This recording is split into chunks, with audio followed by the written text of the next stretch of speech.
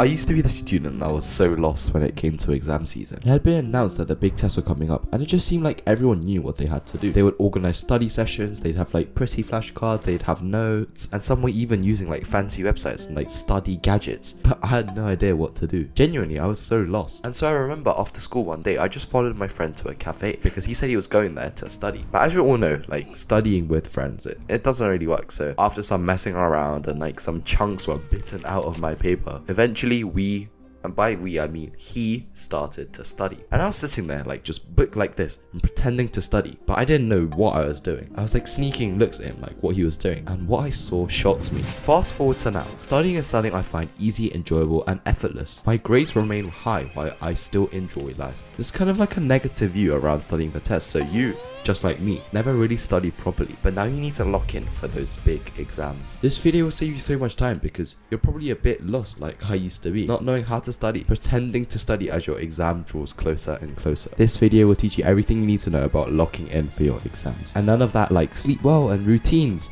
and timetable bullshit. I'll be telling you real tips that I guarantee you've never heard before so that you can really lock in for those exams. 1.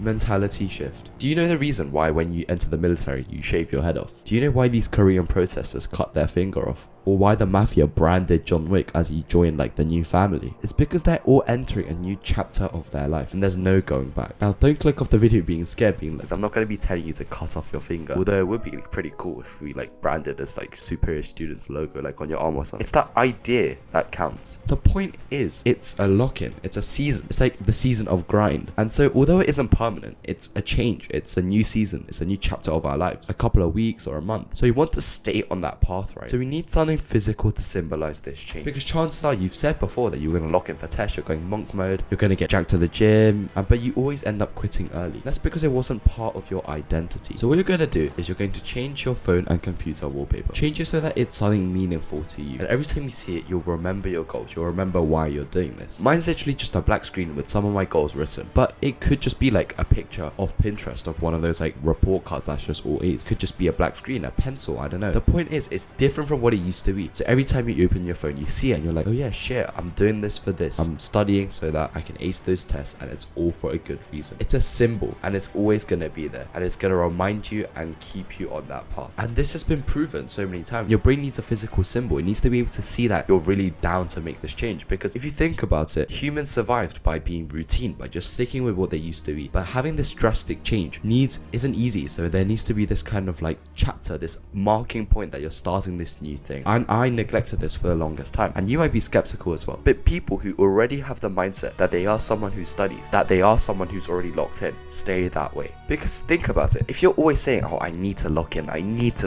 I need to be a good student, that implies that you're not locked in now, you're not a good student now, but you need to be that. And so you're not going to end up sticking to it because you have the identity of a bad student, someone who's not locked in. I like to rearrange my room so it's a new layout, and I also just like to have my goals like written on the wall, like as you can see, and it really does work. Just immersing yourself and making it so that you're constantly reminded of this new goal is really effective in locking in. Something you can do right now is to join Superior Students. It's my free online community, and it will be an unfamiliar environment for you, for sure, but that's the point. It's one of the easiest and fastest mentality shifts you can do, and you're surrounding yourself with other like-minded students. You can ask questions there, and this movement like group mentality will carry you far, and you're also immersing yourself with studying, how to get good grades. All this will help in telling your brain that this is a new season of your life. 2. Fear and compromise. I see some people always like too stressed for their exams, like, oh my god guys, our exams are in like 758 days, oh my god, have you guys started revising? Oh, we're cooked. Whereas some people are overly relaxed and complacent. For exams, for these big things, you have to instill a healthy level of fear inside yourself. People in my school and me started like locking in only after we realized that we only have 2 more weeks left before exams, and having this sort of fear and countdown timer has been proven again and again to be an effective way of like locking in, waking up and starting to take action. We did a topic test in biology, right, and we've been doing this throughout the year, so it wasn't a big deal. Like we probably done like 20-30 topic tests, and yeah, so it was just another one for us. But then after we finished that test, do you know what our teacher said to us? He said, that's the last topic test for biology you'll ever do.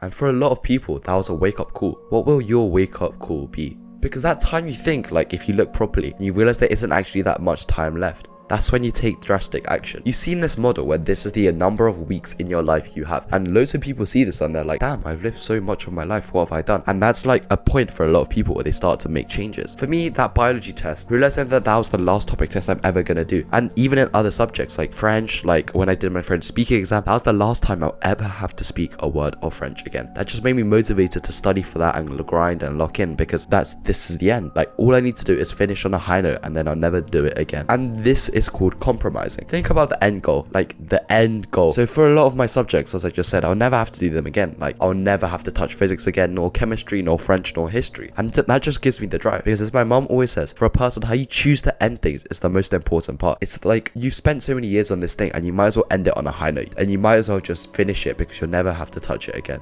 Some people like have this mentality where it's like, oh, I'm not even gonna like study it at a higher level, so why should I care? I'm just gonna fail this subject. But if you're never gonna have to do it again and you've invested so much time and effort into it already, why not end it off with a bang? And 3 is to go all in. And I won't lie, 90% of people who watch this won't do it, and it just like won't work for the people watching. But it's worth including because you might be that 10% that this works for. These are your big exams. Once you do them, you'll never have to do them again, nor will you have the chance to do them again. It seems scary and tedious, but you might as well go all in, right? What would you rather feel? The sense of regret that you're not able to play the latest like update of Fortnite right now, that you're not like able to scroll on TikTok right now, or the regret that you feel as you open your results card, knowing you could have done better. The feeling of regret and knowing I could have done better is the worst sense of regret. It's the worst feeling one could feel. If you've watched this far, it means you're dedicated. So go all in. Delete those games, social media, just for a while. You can scroll all you want and play all the games you want afterwards. There's nothing stopping you. But for the exams, you won't be able to take them again. Once you take them, it's over. Are you really that addicted that you can't postpone these activities just for a couple of weeks? Cut out distractions. My phone is on grayscale, no notifications, no games, and it seems extreme, but as I said, if you've watched this far in locking in and you know that your exams are soon, why not go all in? Would you rather go extreme and guarantee your results, or have that sense of shame and deep regret wishing you had worked harder? I can't stress enough, this feeling of I know I could have done better, I felt so many times and I hate it. It's the worst feeling. I once failed my chemistry exam because I hadn't put in the work, and I was just sitting there facing the consequences of my actions. If you work hard and you feel like giving up, if you follow all the steps in the video, you will undoubtedly lock in and do well. Write in the comments and write the reason you're locking in. Write down the results that you want and write down your end goal. IG Spark, I'm locking in by deleting all games, TikTok, Snapchat, and I'm locking in. If you write down your goals, you're 3 times as more likely to achieve it because it's there. You've made it physical and suddenly it's real. I'll be watching and make me, your parents, but most importantly, yourself proud. I believe in you. For the last couple of months, I've been working on something really big that can make you into the best student in your class. And if that's something that interests you and you want to be the first to hear about it, sign up for my email list in the description. And as always, I'll see you next time.